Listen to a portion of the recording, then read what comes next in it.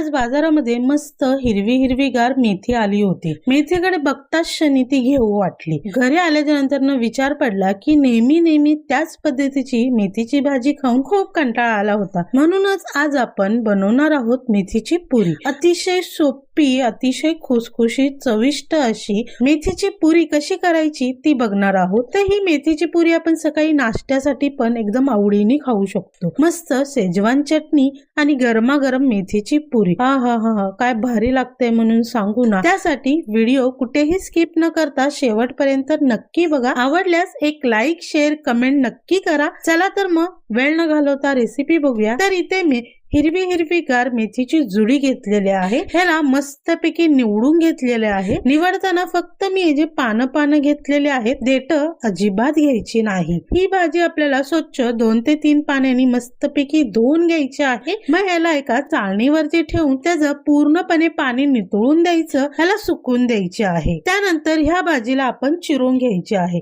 लक्षात ठेवायचं आहे, भाजी धुतल्याच्या नंतर न चिरायची। चिरून मग भाजी धुवायला अजिबात जायचं नाही, त्याच्याने भाजीला कडवटपणा खूपसा येतो। त्यामुळे नेहमी भाजी धुवूनच मग चिरायची। तर इथे आता आपली भाजी सुद्धा मस्तपैकी चिरून झालेली आहे। जेवढी शक्य होईल तेवढी आपण भाजी बारीक करून घ्यायची आहे। तर बघा इथं मस्तपैकी आपली भाजी चिरून झालेली आहे। आता ह्याला आपण साईडला ठेवून पीठ मळून घेऊया। तर पीठ मळण्यासाठी मी इथं 2 वाटी गव्हाचं पीठ मस्त चाळून घेतलेलं आहे। तर ह्याच्यामध्ये आपण लगेचच पावडर मसाले घालणार आहे। तर पावडर मसाल्यामध्ये मी 2 चम्मच धना पावडर घेतलेला आहे, 1 चम्मच जिरा पावडर घेतलेला आहे, 1 चम्मच गरम मसाला घेतलेला आहे, चवीनुसार मीठ घेतलेला आहे, पाव चम्मच हिंग घेतलेले आहे। तसंच इथे मी एक पेस्ट तयार केलेले आहे। या पेस्ट मध्ये मी 5 ते 6 हिरव्या मिरच्या घेतलेल्या आहे, एक अखंड लसणाची पाकळ्या घेतलेल्या आहेत, पूर्ण जी गड्डी असते ना ती मस्तपैकी निवडून घेतलेला आहे, 1 चम्मच जिरं घेतलेला आहे। हे सगळं आपण न पाणी टाकता असं दरदर वाटून घेणार आहे। हे पूर्ण आपल्याला मिक्सरच्या भांड्यातनं काढून ह्याला घालायचं आहे। त्याच्यानंतर साधारण 2 ते 3 चम्मच मी दही घातलेला आहे। त्याचबरोबर 1 चम्मच लाल मिरची पावडर घालणार आहे, 1 चम्मच ओवा,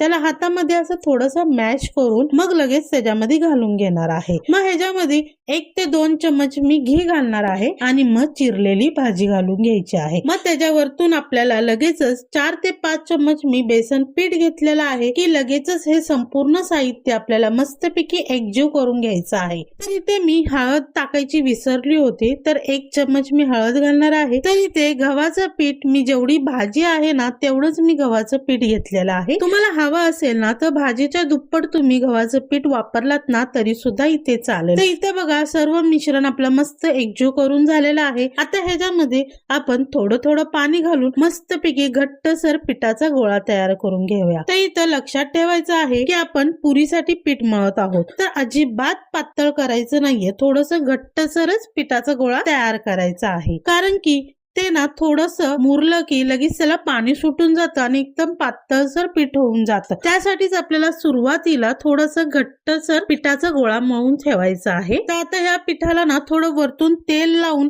मी एक 5 ते 10 मिनिटं ह्याला भिजत ठेवणार आहे। तर बघा पीठ भिजून आपले 10 मिनिटं झालेले आहे, छानसं पीठ आपलं मुरलेलं आहे। तर हे पीठ आहे ना आपल्याला जास्त वेळ मुरत ठेवायचं नाही, कारण की जास्त वेळ मुरत ठेवलं ना की त्या पिठाला पाणी सुटलं जातं आणि ते पीठ ना पातळ होऊन जातं। त्यामुळे ह्याला जास्त ना मुरत ठेवायचं वगैरे काहीही गरज नाही। जर तुम्हाला वेळ नसेल ना तर तुम्ही इथं पीठ मळल्या लगेचच ह्याच्या पुऱ्या लाटून घेतलात ना तरी सुद्धा चालेल। आणि मग हे जे गोळे तयार करून घेणार आहे, पुरी इतपत मोठी छोटी करायची आहे ना त्यानुसार तुम्ही इथे उंडा तयार करून घेऊ शकता। जर तुमचं इथं पीठ जास्त वेळ मुरलं आणि ते पातळ झालं तर इथे तुम्ही थोडं सुक्क पीठ घ्या आणि छानसं व्यवस्थित असं पुन्हा मळून घ्या आणि त्याला लगेच पुऱ्या लाटा, मस्त खुसखुशीत अशा पुऱ्या तयार होतील। तर बघा इथं मी एक पुरी लाटून घेतलेली आहे, अशाच प्रकारे मी बाकीच्याही पुऱ्या लाटून घेणार आहे। तर बघा इथे मी पुऱ्या आता एकसारख्या लाटून घेते आणि मग लगेचच आपण ह्याला तळून तळून घेऊया.